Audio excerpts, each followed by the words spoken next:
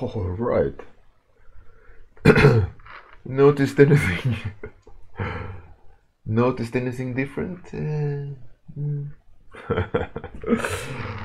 I did a quarantine quality home haircut. Cut the sides, groomed myself. Now I don't have a big old beard. Now I just have this even Steven lawn. I don't know. At least I don't look like a caveman. Yeah, Atsuki stole it just by a fraction. Tomorrow, Fuxia, you gotta step up your game. Alright.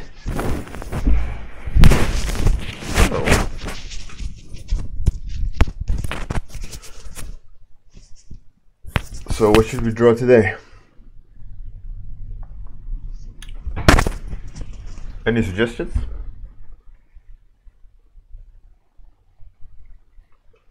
I kind of feel like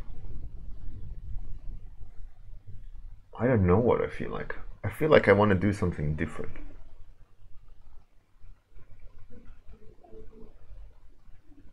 Hey Zelen, how's it going? Nectar eater. That's an interesting topic. Hey Rollomancer, how's it going? How are you? Hey Sergey, how's it going?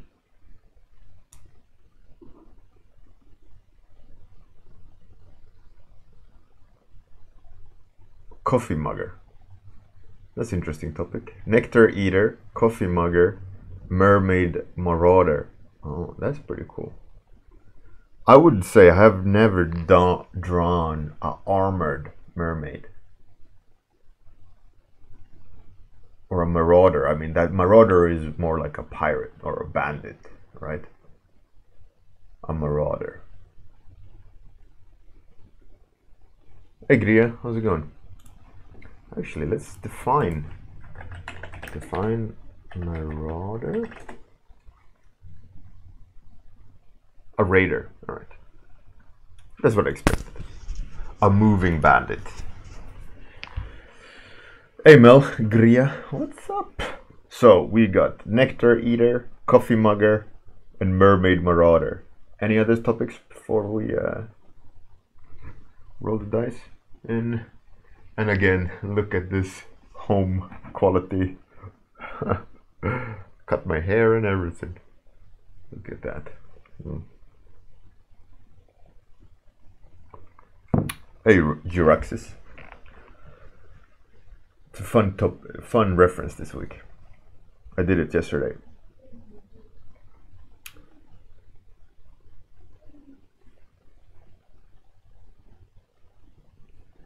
Any other topics?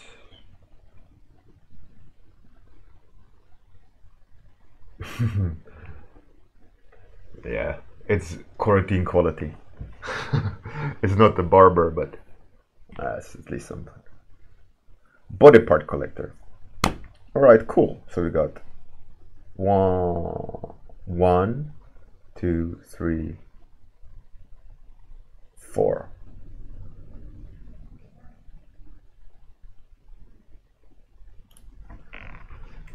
So let's roll the dice.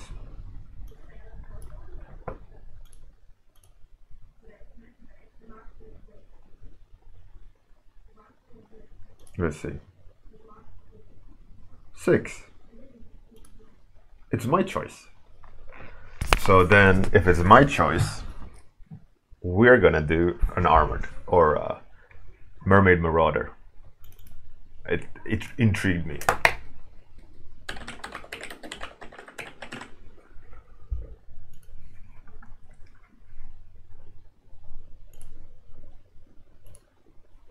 All right.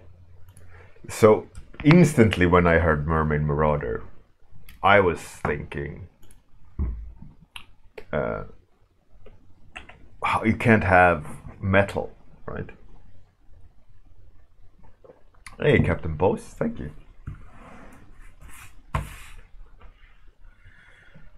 Thank you. good support. So you can't really have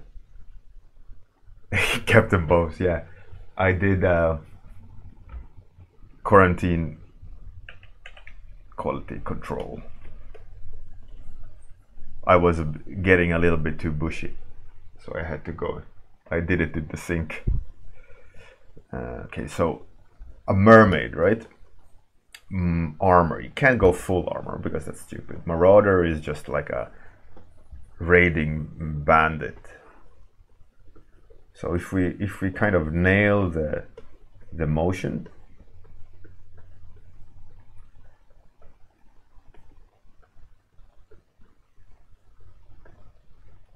no, that head ruined the image I got there. How should the head be? Something like that.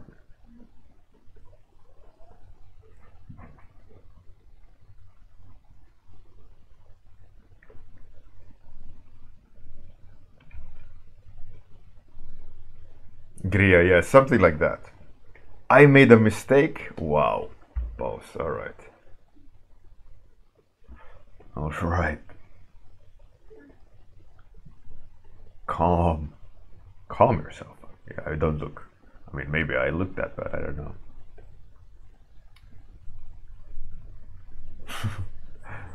So I had a great morning. Now I'm not so sure anymore.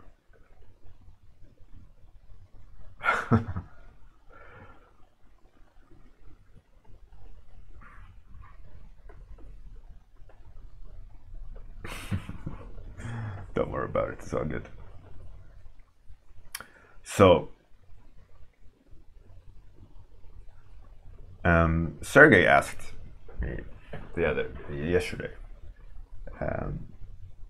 what's the difference between a personal portfolio and a studio portfolio? Captain Pose. Don't try to smooth over this. Don't you dare. How dare you try to sweet talk your way out of this hole. Gria, that's nice, it's nice.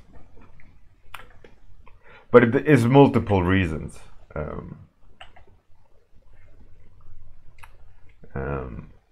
One of the reasons is face masks. They work better without beard. And I need to keep my daughter's health in mind when I go to stores, which means I gotta wear a face mask because my daughter is in a risk group.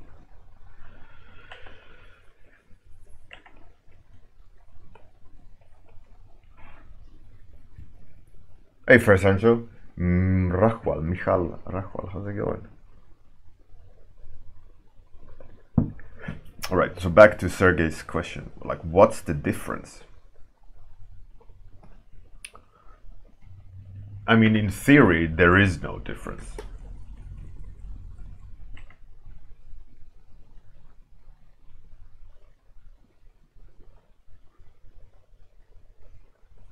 In that sense, there is no difference, right?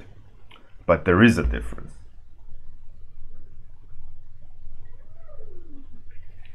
The difference is, depending on studio, obviously, but the general idea of a studio, of different studios have different mentalities. That's the biggest difference. And when it's a personal portfolio, you can have whatever you want in there. But when it's a company portfolio,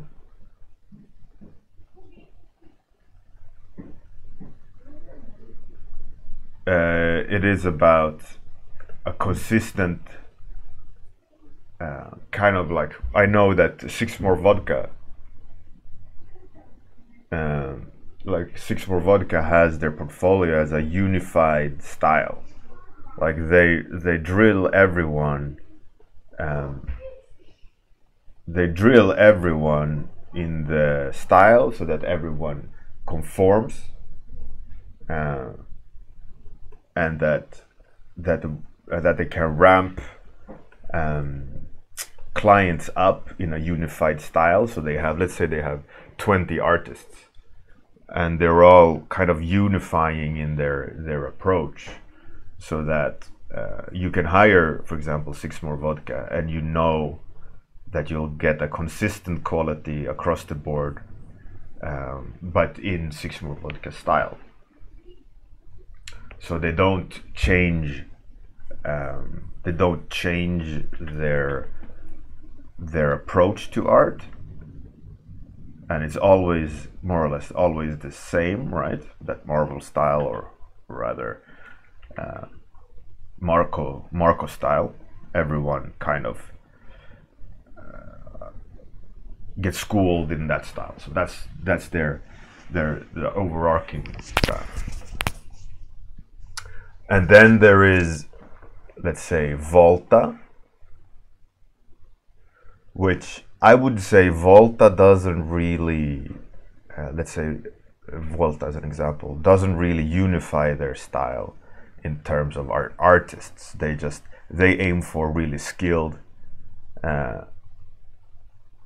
they go for skilled artists that kind of carry the studio, and then they have other artists that fill out the gaps, and then the style doesn't really change that much, or the style changes quite a lot because of what artists they are using, right? But I think their kind of approach is skill, right, and hero artists, more or less. And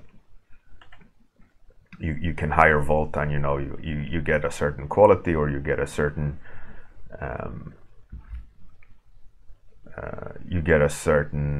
width, I guess.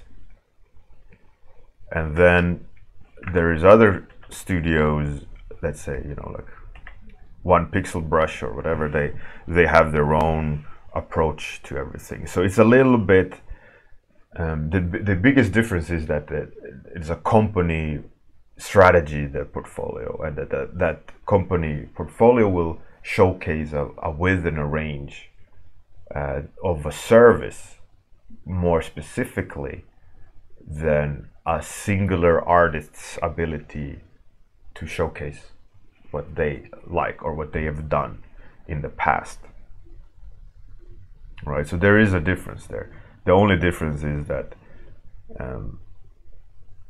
there's more than one artist involved, and that depending on how they choose to showcase their portfolio, that's going to be the twist to it, right? But then again, that doesn't exclude a private person's portfolio to do the same. But like majority of the cases, a private person's portfolio will, on average, not have the tactical capabilities or the planning of a portfolio of a studio, which can showcase, all the clients that they can manage to pull through, all the, width they can have. Like Mark Molnar's studio, right? Their studio portfolio, they showcase a lot of art direction stuff, a lot of concepts, a lot of movie stuff, and it's going to be hard for a person to be able to pull that off unless they are a veteran. Yet, Mark Molnar's company, they can hire a fresh artist that's skilled, and you can supplement their portfolio with that. So the difference would be just that it's a broader, like a broader thing, whereas a personal portfolio could showcase the same things, but it's more of a singular artist's ability to create something interesting, where the portfolio is attractive. So in that sense, you could tailor your portfolio as a singular artist's vision versus a company's vision and a service, even though they are the same kind of.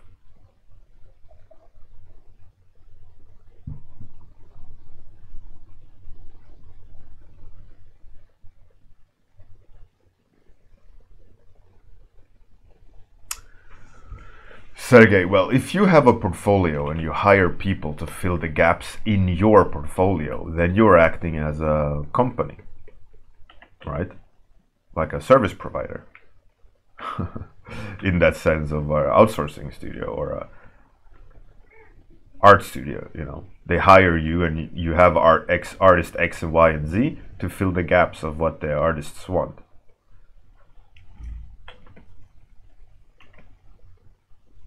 Then it's exactly the same like Six More Vodka or Volta or Opus Arts or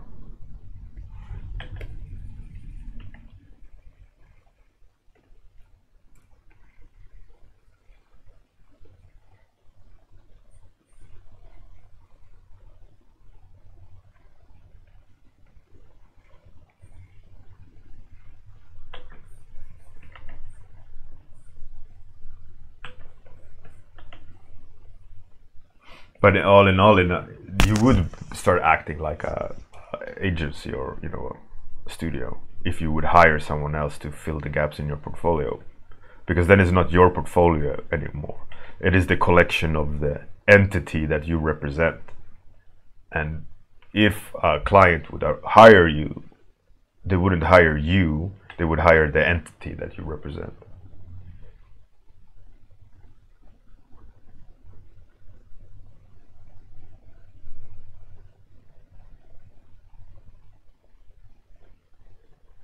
Sergey, yeah, I would say, like the portfolio itself probably wouldn't vary too much, in the sense that you could find a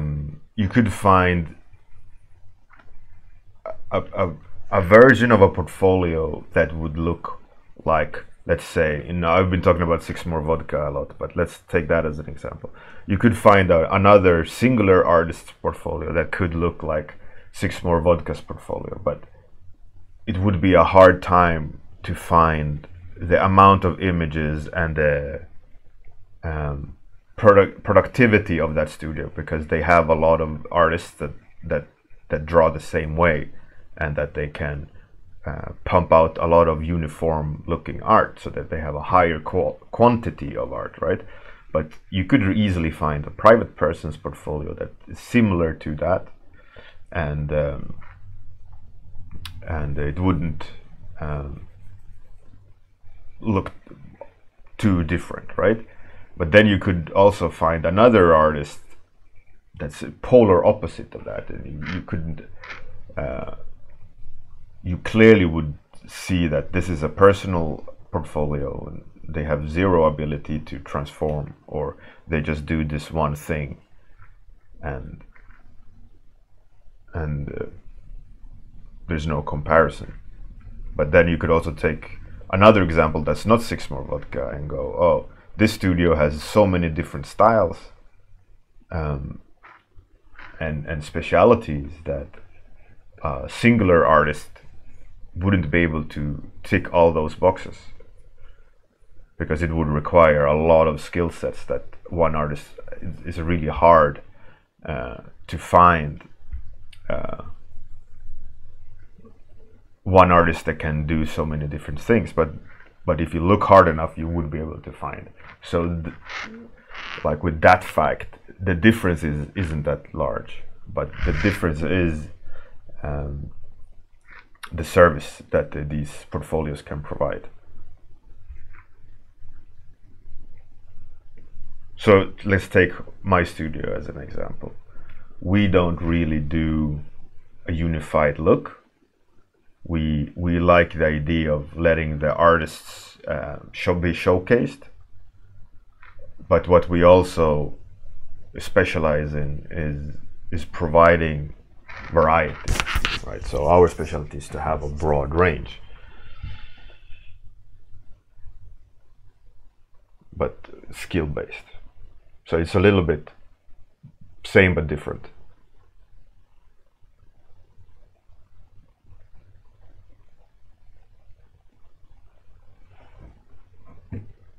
Hi Amir, how's it going? I hate soft hair. It keeps touching the sides. I hate it.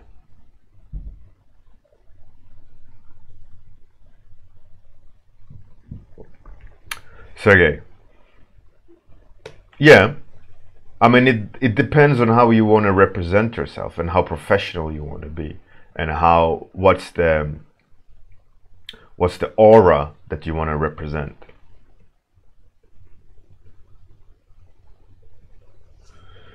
You know, it's a level of professionalism, right? Because if it's a studio, they have more money, they have more time and more ability to push the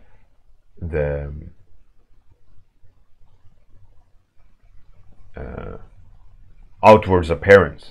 Versus if you're a singular person, it's going to be harder for you to um, like showcase your art, your portfolio, your professional outer appearance as an entity, you know, in your portfolio, um, and so forth. You know, while Ash Thorpe or Maciek Kujara, they have spent a lot of time perfecting their outer appearance, and they do look very professional, and they do approach it like as if they would be a singular company, yet they're just a personal one artist's portfolio. Yet they have spent so many years in the industry that their portfolio acts like a studio, rather than, you know, because they have been around for so long.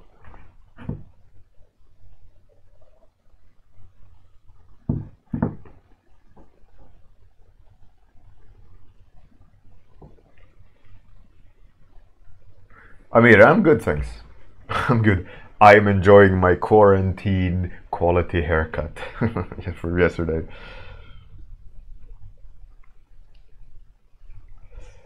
But like again, it doesn't matter which strategy you use, or strategy you want to be, or you know what your portfolio looks like in terms of what is the right or wrong move to make.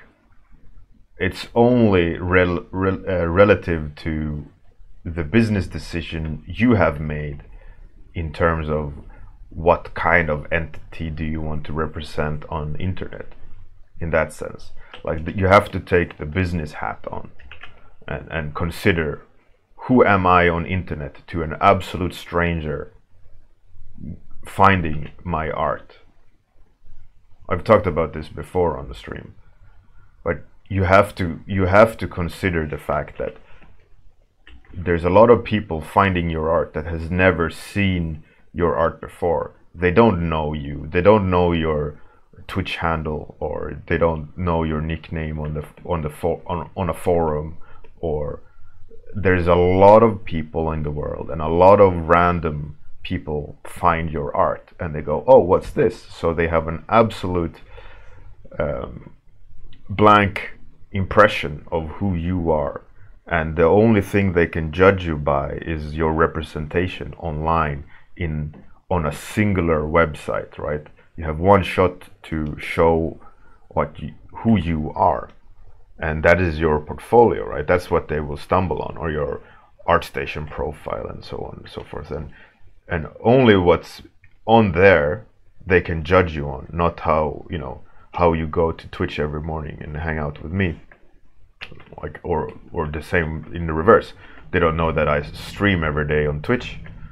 They can only judge me by the collection of my portfolio, right? And how I represent it, and how I showcase myself.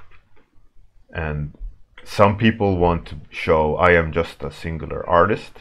If you hire me, you'll get a singular artist experience and a person to person. Or you want to represent yourself as a business, and you know that you can provide your clients with a professional, streamlined experience, then it's probably better that you represent yourself online as a company, rather than I am a singular artist and you'll have a singular artist experience.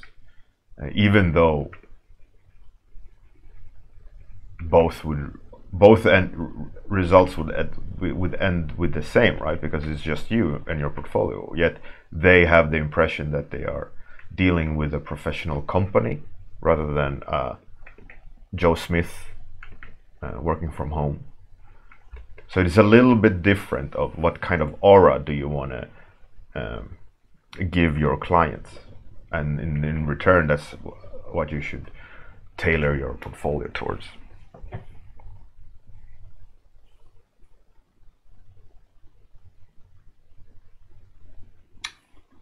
Fuchsia, I have a new question. If you have a portfolio done, where do you go to send it and ask for employment commissions? Well, Fuchsia, it all depends on who you want to be as an artist and who you want to work with. If you want to work for games, send your stuff to game companies. It's that simple. You love working with Halo, make sure your portfolio showcases stuff that people at Halo might like. Do some cool sci-fi designs, you know, on point, cool, trendy, military grade aliens and mech suits, or I don't know, cool stuff. And generalists, send them generally everywhere, you know. It's all down to really what you want and what you decide that this is the route I want to take in terms of type of work or type of client.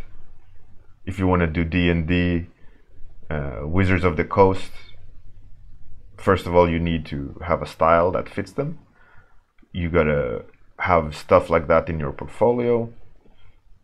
You know, send them to people who are art directors at Wizards of the Coast, or managers, or send them to their public work email or job listing email. You got to be a little bit of a detective. You got to be a little bit of think ahead of where you want to go, think ahead of where you want to be, and not just, oh, I want to work in the game industry or as an illustrator. An illustrator or working in the game industry can be literally be anything. There's so many hundreds of different positions in the industry that would be in the umbrella term of like working in the industry or be a game artist, or it's so many different things. And the easier it'll be, so much easier, the faster you can understand of where in the industry you want to sit.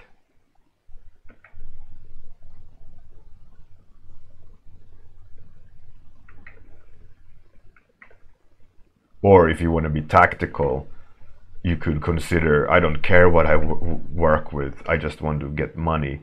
Then probably choose the line of work that less people find cool. I haven't read that question, but I apologize for the Fuchsia UX UA designer. There's always people needing that, and a lot of people don't want to do that. They want to draw cool robots and dragons, right? They don't want to be like, oh, I'm going to be a UI designer. So there's UI designers will always find a job if they do, if they have a great sense of design. But like I said, there's not a lot of people who wants to do UX. So that's a clever line of work if you want to get hired. A lot of people kind of see it as less glamorous, but it's so important.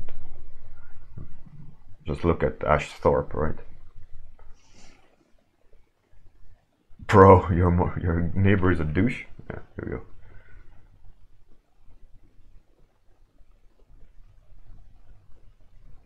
Amir. Hey Spectre, how's it going?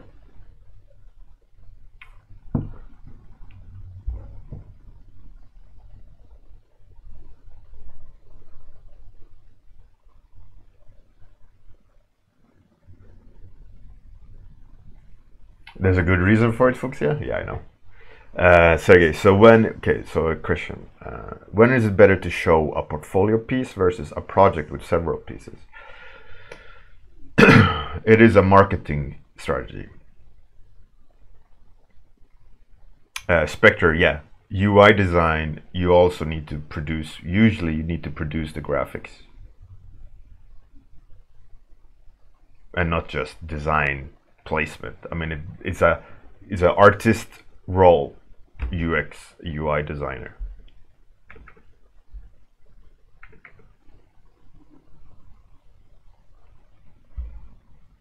Generally speaking.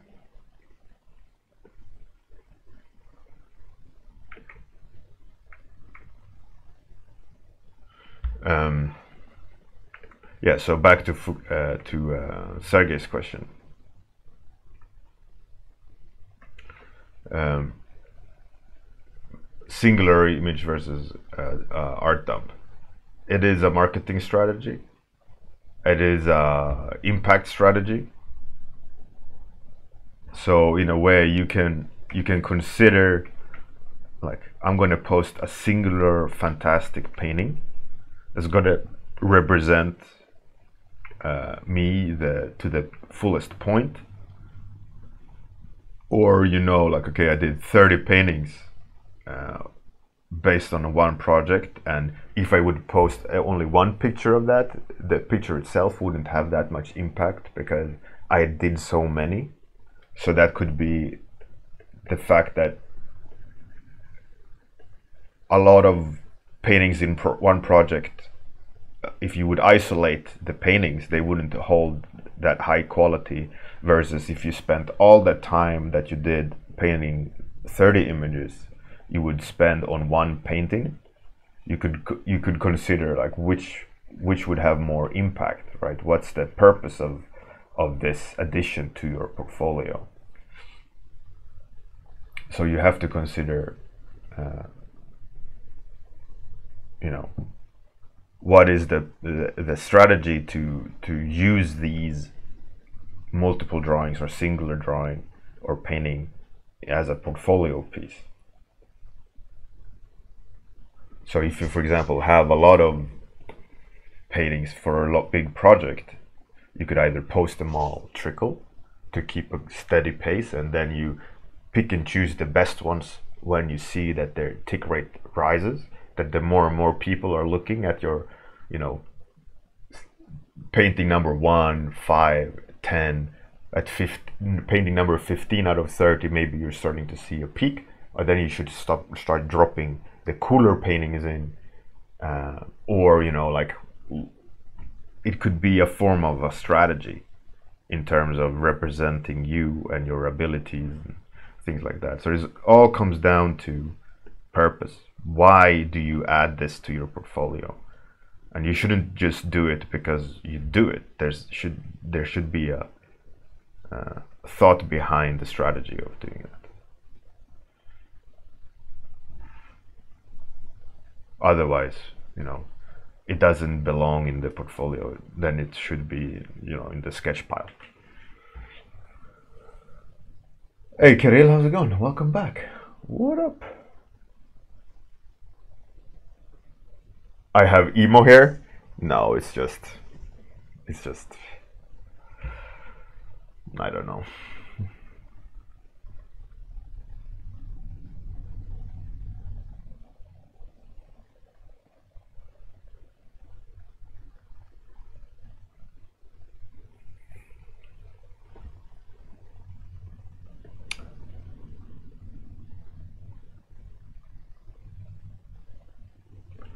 Fuchsia, no problem. So a lot of these questions could be answered by taking a step back and considering, like, the reasoning behind the madness, right? It's it's easy to be lost in this because there's so many artists on the internet and there's so many successful people, and when you're starting out, it's hard to understand like what's the special sauce to also be popular or to also get hired or to also get good. But you have to remember, like, fundamentally, skill paves the way. With skills, it doesn't matter what you do or how you represent yourself. Skills will always translate, right? Generally speaking. But what you should also know, like the second part, is marketing yourself is extremely important. And by that, I don't mean like sell yourself out or you know, use the radio voice whenever, you know, when you ever you talk anywhere. But it's about you have to think about your choices. That's what I mean with marketing. You have to have a plan of how you represent yourself, when you represent yourself, how you make posts on social media, how you showcase your art. You know, does your art have a border or a frame? Does every painting you paint, does it have contact information in the corner of the painting? Can someone find you if they find your painting? If it's just your cool painting and they don't know who painted it, how can they find you? How easy is it to find you on the internet? For example, fuchsia. In this conversation, and someone reads on YouTube, oh, fuchsia is a UI designer. If I Google fuchsia, will I find you? Me as a random, I'm not even random, you know.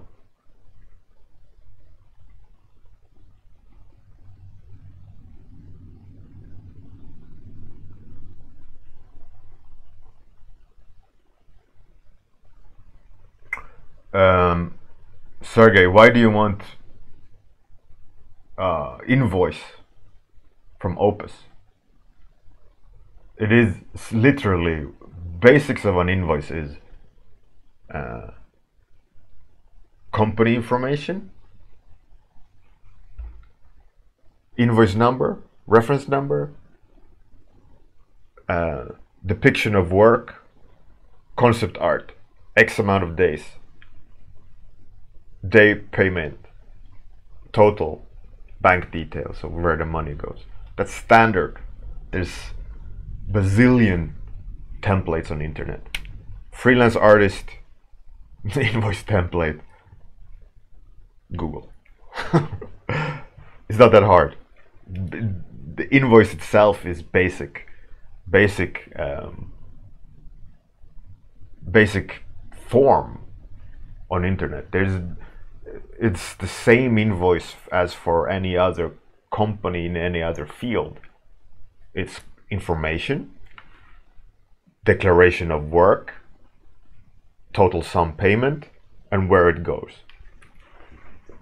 Standard.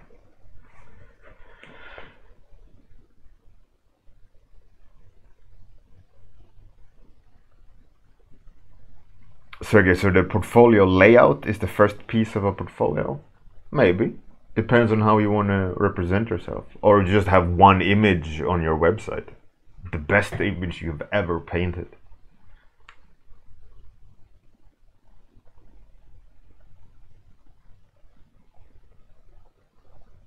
Atsuki. Well, yeah, there we go. But it's an interesting thing, right? You have to look at your own body of art, your portfolio, your online representation as, if someone comes here and finds me, will they understand who I am? Will they be able to contact me? Do you have email information on Facebook? Do you have email information anywhere? So if I find you, like, oh wow, that's amazing art, I want to give them an email and say, hey, do you want to work for me? if I need to Google you and find your email somewhere other than where I found your art, I mean, you gotta be really good for me to start chasing you down. Otherwise, like, oh, yeah,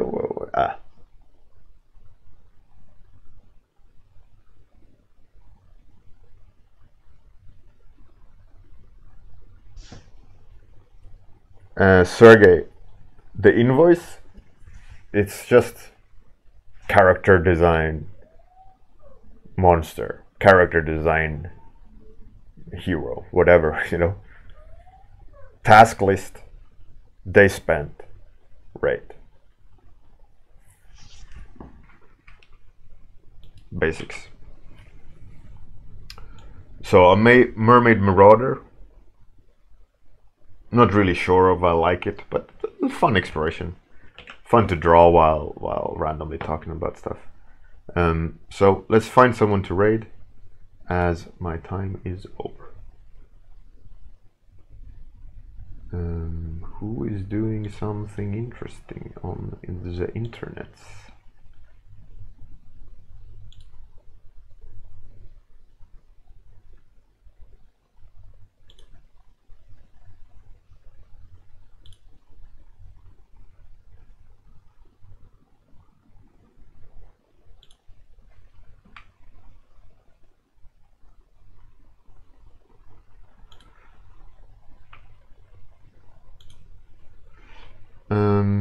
Alright, let's raid someone we haven't raided in a long time.